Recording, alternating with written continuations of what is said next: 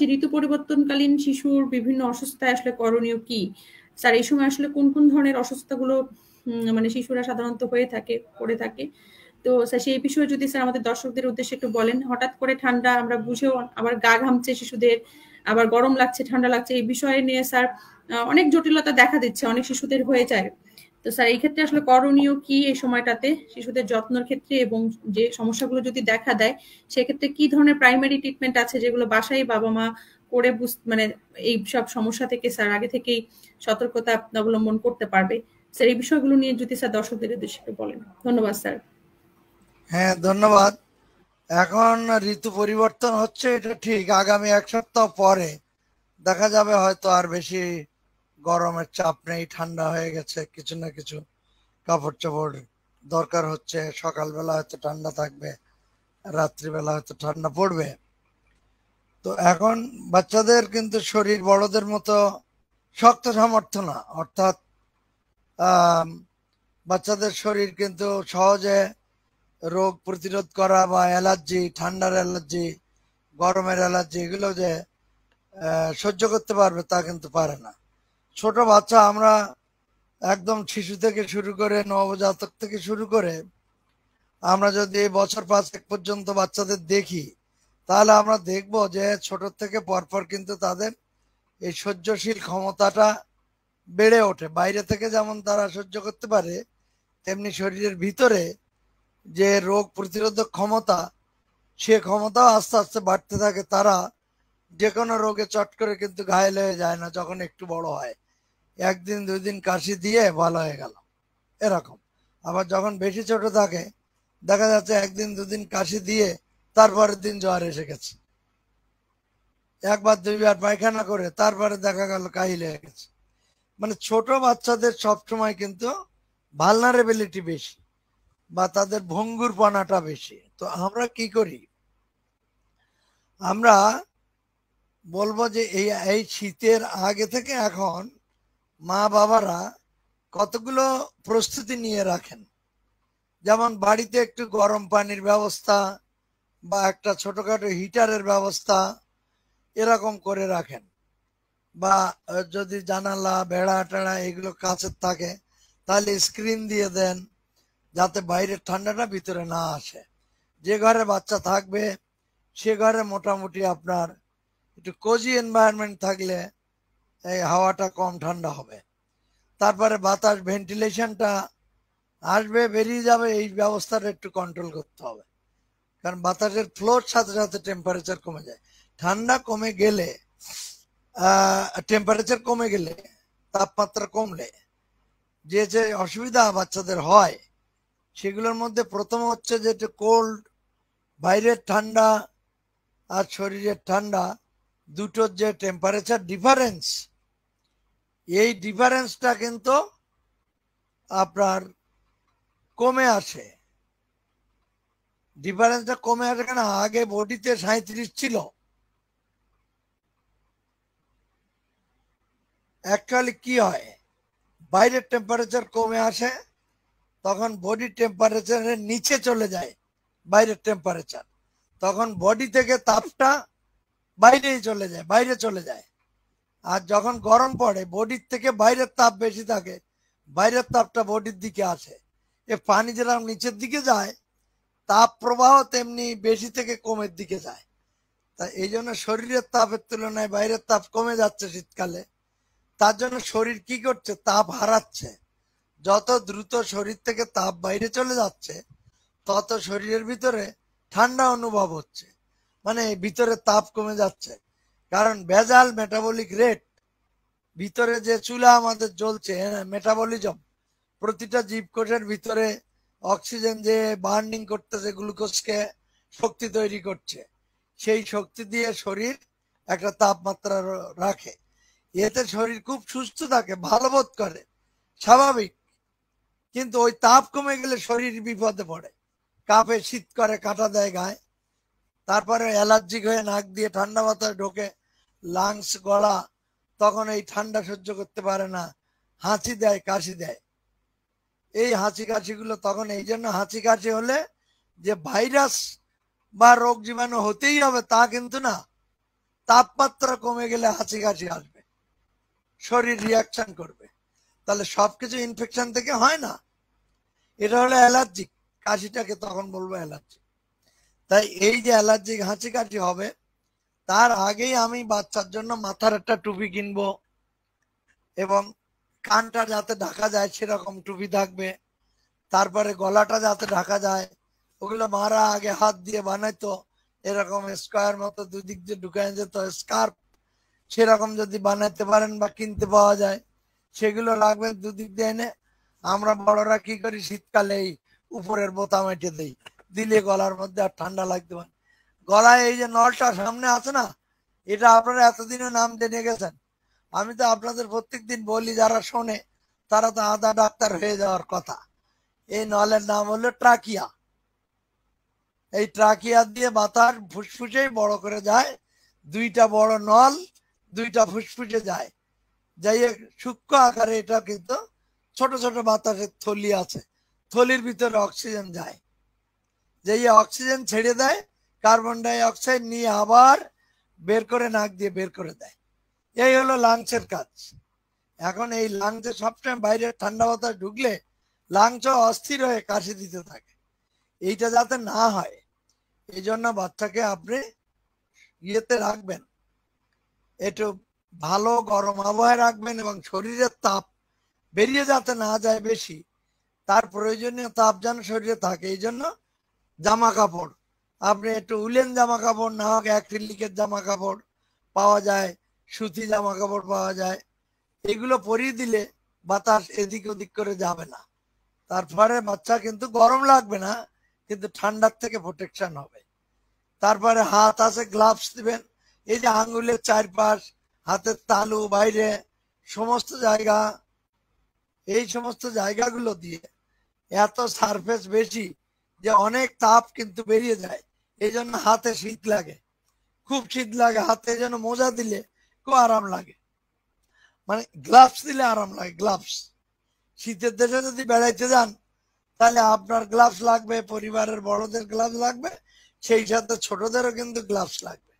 পায়ে মোজা দিতে হবে, পায়ের আঙুলে ওই রকম অনেক শীত কিন্তু ঠান্ডা শরীর থেকে তাপ বের করে দেয়, ঠান্ডা লাগে পায়ের, এই জন্য মোজা দিলে দেখবেন অনেক আরাম লাগছে। শীতকালে টিভি দেখছেন, পা সোফার নিচে বসা, পায়ে ঠান্ডা লাগছে, যদি মোজা দিয়ে বসেন, এমনকি পা মুড়ে যদি সোফার উপরে বসেন, তাহলে দেখবেন আরো আরাম লাগছে। তার কারণ কি, শরীরের সারফেসটাকে আপনি কমায় ফেলছেন, শরীরের সারফেসটাকে ছোট করে ফেললে তাপ বেরিয়ে যাওয়ার জায়গা খুব কম, সেই জন্য শরীর কুকড়ে, ওই শীত লাগলে কুকড়ে থাকে মানুষ, ও বাচ্চারাও এরকম করে থাকে, কারণ সারফেস কমে যায়, তাপমাত্রা বাইরে কম যায়, শীত কম লাগে। তাহলে মূল শীতের ফিলিংসটা হলো শরীরের তাপ বাইরের চলে যাওয়াটা বাতাসে। এখন এইটার থেকে অসুখ হয় কেন, ওই টাইমে ঠান্ডার মধ্যে যখন হাঁচি কাশি লাগে অ্যালার্জি, তখন ভাইরাস ওই সঙ্গে যোগ দিতে পারে। এই জন্য রেসপিরেটরি ভাইরাস থেকে ইনফ্লুয়েঞ্জার 80 রকম 82 রকম ভাইরাস আছে, সেই কোনো না কোনো ভাইরাস এক একবার আসতে পারে, হয়ে 7-8 দিন পরে বেরিয়ে যায়, মরে যায়, ভালো হয়ে যায়। তাই তো বলে কি, ইনফ্লুয়েঞ্জা হলে কি করবেন, ওষুধ খেলে 7 দিন আর না খেলে 1 সপ্তাহ, ভালো হয়ে যাবেন। আমরা কি বলি, গরম জল লবণ দিয়ে গার্গেল করবেন, বাচ্চাদের চোখে মুখে ঠান্ডা সেক দিবেন, বুকে ঠান্ডা সেক দিবেন, তাহলে কিন্তু বাচ্চা সেফ থাকবে। তেমনি শীতকালে আপনি ঠান্ডার ভয়তে এ পানিতে হাত দিতে চান না, মানে হাত বেশি পরিষ্কার করতে চান না, বারবার থালা বাটি চামচ বাসন ধুতে চান না। হয় কি, ফলে ব্যাকটেরিয়া কোনো জায়গায় লেগে থাকে, খাওয়াই দিলেন বাচ্চাকে, পেট খারাপ করে গেল। কিন্তু আপনি গরম করবেন শীতকালে, যখন খাদ্য গরম করবেন, কমপ্লিট বয়েলিং, ফুল বয়েলিং করবেন, বক বক করে ফুটবে 5 মিনিট, তারপরে জীবাণু মরবে। একটু গরম করলাম, সেদিন খাইতে সুস্বাদু হলো, ফানি, এইটাতে রোগ বাড়বে। অল্প গরম করলে ভাত তরকারিতে যে জীবাণু বাতাস থেকে যায়, ওরা আরো বৃদ্ধি হয় অল্প তাপে, সেই জন্য পুরা তাপ দিবেন, মরে যাবে।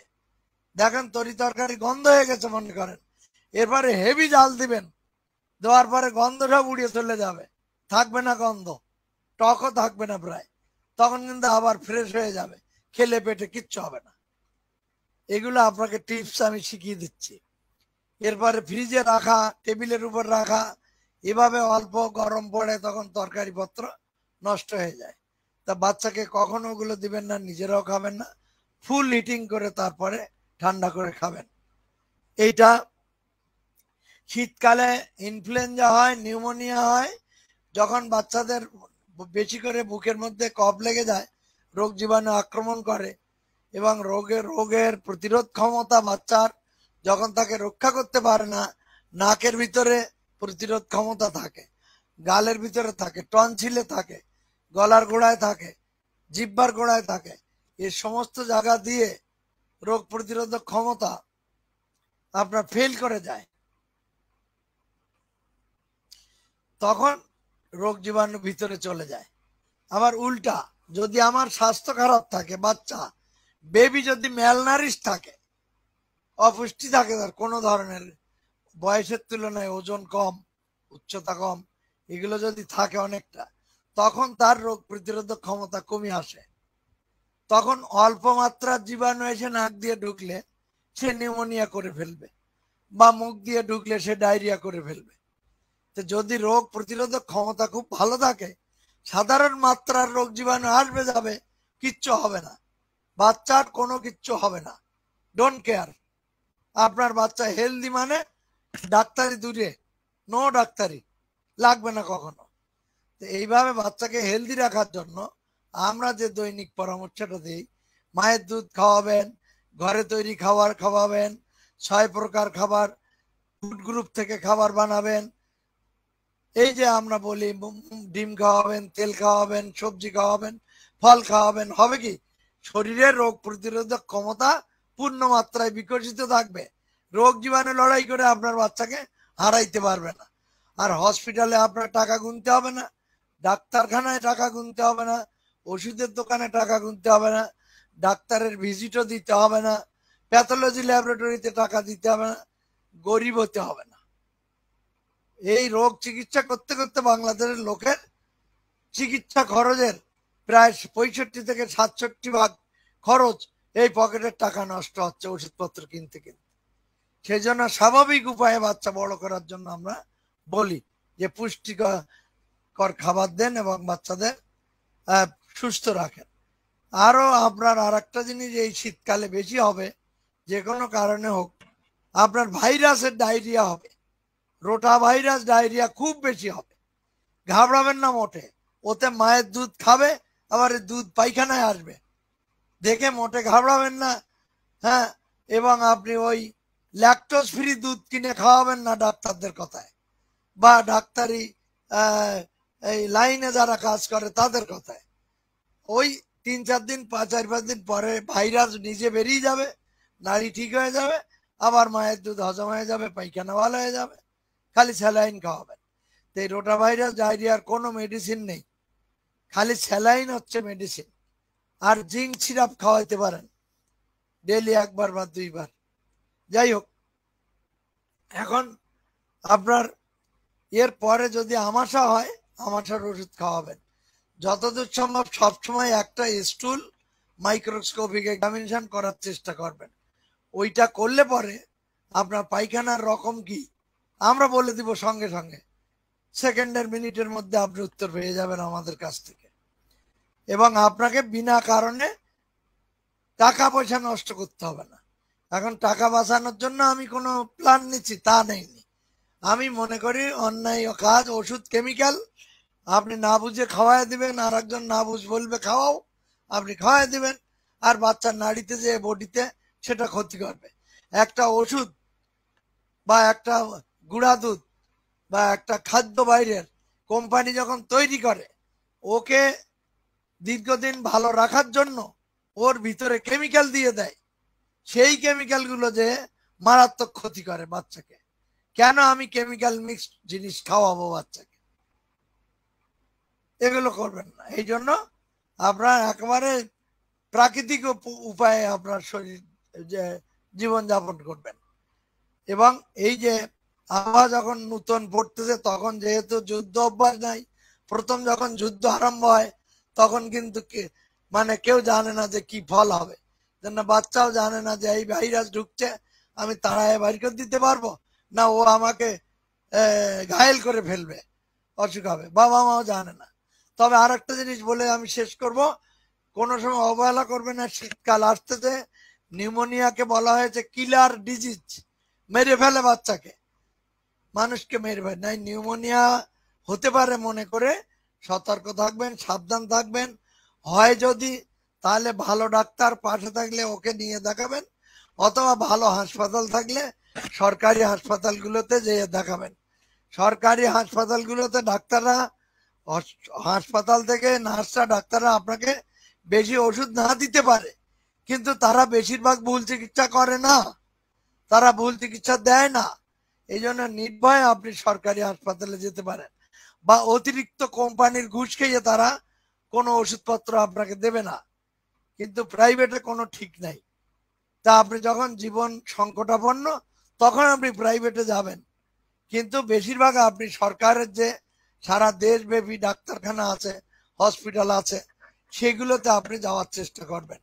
দেখবেন এখন ডাক্তাররা, নার্সরা অনেক মনোযোগ দিয়ে বাচ্চাদের দেখে, রুগীদের দেখে, তাদের একার ঘাড়ের উপরে 200 রুগী, হয়তো 300 রুগী, এইরকম সারাদিনে দেখে থাকে, ইয়ের থেকে উঠতে হয়, তাদের উপরে চাপ থাকে। তাই একটু সহানুভূতি সরকারি ডাক্তার, সরকারি নার্সদের প্রতি আপনাদের যেন থাকে। এটা বলবো না যে বেসরকারিতে আপনি সহানুভূতি করবেন না, সেখানেও ধৈর্য রাখবেন, ভালো ব্যবহার করবেন, এবং আপনি সবসময় তাদের কাছ থেকে সেবাটা পাচ্ছেন, সেবার বিনিময়ে বাচ্চা জীবন রক্ষা হচ্ছে, আপনার পরিবারের জীবন রক্ষা হচ্ছে, সেটুকু আপনার কৃতজ্ঞতা থাকা উচিত। টাকা দিলে আপনি অন্য জিনিস কিনতে পান বটে, কিন্তু টাকা দিলে যে কেউ আপনাকে ডাক্তারিটা দিতে পারবে না।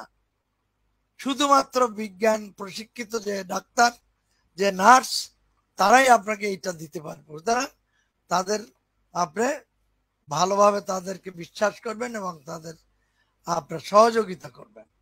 সর্বশেষ কথা হলো যে বাচ্চাদের সুরক্ষার জন্য শীতকাল আসতেছে, ঠান্ডার দিন, আপনার বাবা মা, পরিবারের অন্যান্য লোকজন সবাই তার খাবারের ব্যাপারে মনোযোগ দিবেন, খাবারটা স্বাস্থ্যগত খাবার দিবেন, এবং শরীরকে রোগ থেকে দূরে রাখার জন্য আপনারা সতর্ক থাকবেন। হাত ধুবেন, আপনারা গরম জামা কাপড় পরাবেন, এবং বাতাস ঠান্ডা না লাগে সে ব্যবস্থা করবেন। ধন্যবাদ আপনাদেরকে।